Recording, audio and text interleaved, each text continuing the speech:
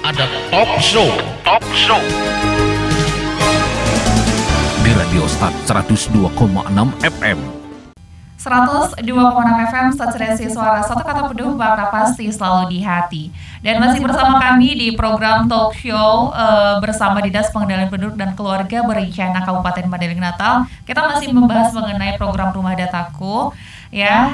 Dan tadi kita sudah mendengarkan penjelasannya dari narasumber kita. Nah, kita akan tanya lagi nih, apa aja kegiatan yang dilakukan oleh pengurus Rumah Dataku ini? Kegiatan yang dilakukan pengurus Rumah Dataku ini yaitu mengumpulkan data. Setelah dikumpulkan itu di-update ke Rumah Dataku. Setelah itu pengelolaan data kemudian disajikan dan memberikan masukan berdasarkan data itu. Gitu ya. Untuk alur pembentukan rumah data ini gimana?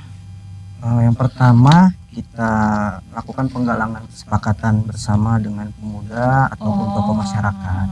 Jadi kan ini kita harapkan udah zamannya digitalisasi ini, kalau bisa yang muda-muda gitu kan, yang sudah bisa pakai Android, sudah bisa pakai internet gitu kan. Jadi kita utamakan yang muda-muda untuk diberdayakan.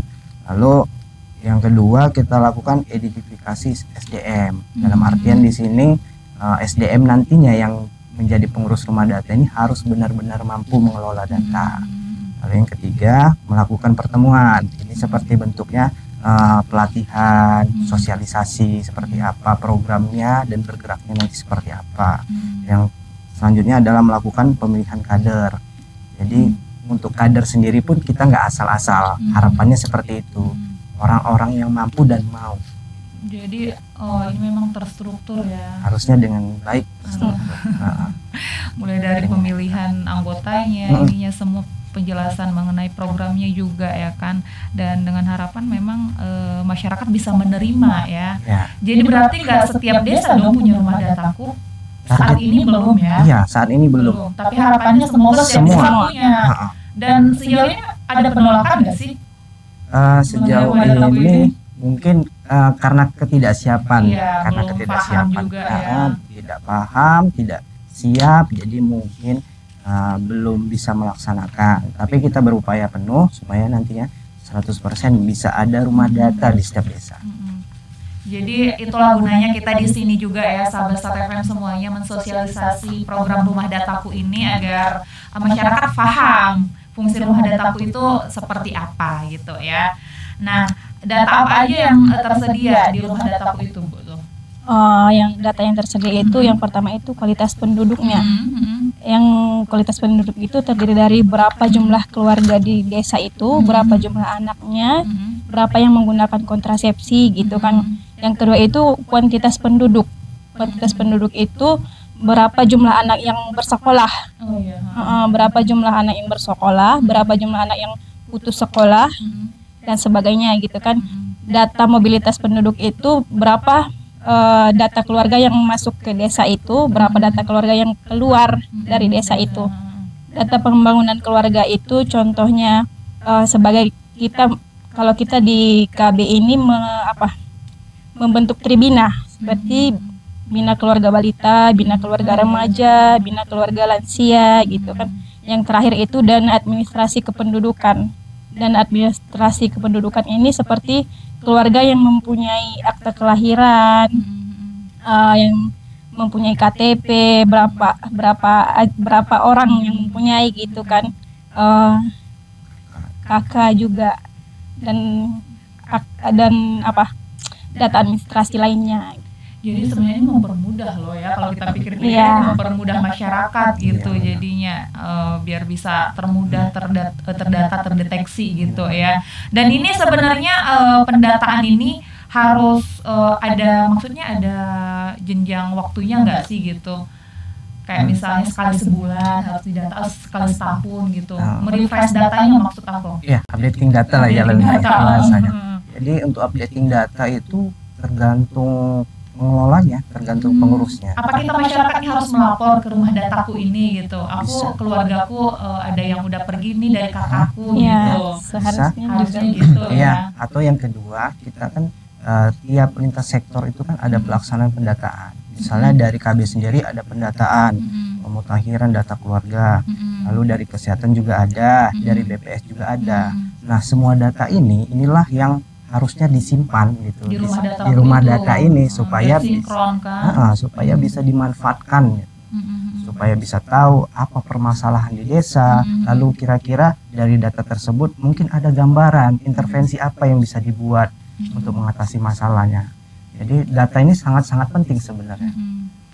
Yang sering kita dengar kan memang kesalahpahaman data itu ya kan, pas penerimaan bansos, pas mau pemilu datanya salah gitu.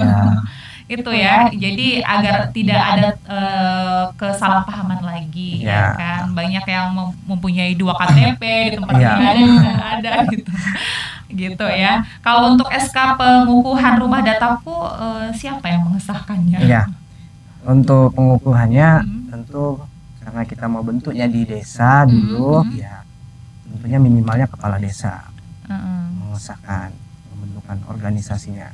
Berarti kesepakatan mereka lah ya, berarti mau SK-nya 5 tahun berjalan atau 1 tahun berjalan, itu kesepakatan antara kepala desa dan strukturnya gitu ya. Dan mengenai masalah penggajiannya juga diserahkan ke desanya masing-masing, semampunya kan. Inginnya gitu kita ya. seperti itu. Gitu ya. Makanya ini penting banget peran dari kepala desanya tersendiri ya. Nah, kalau apa aja nih yang menjadi instrumen rumah dataku ini? Yang menjadi instrumennya itu aplikasi rumah dataku, lembar observasi dan buku data. Di sini kan aplikasi rumah dataku itu udah tersedia, ada aplikasinya. Jadi yang buku data ini misalnya di desa itu belum ada fasilitas misalnya komputer gitu, kita bisa catat di buku data itu.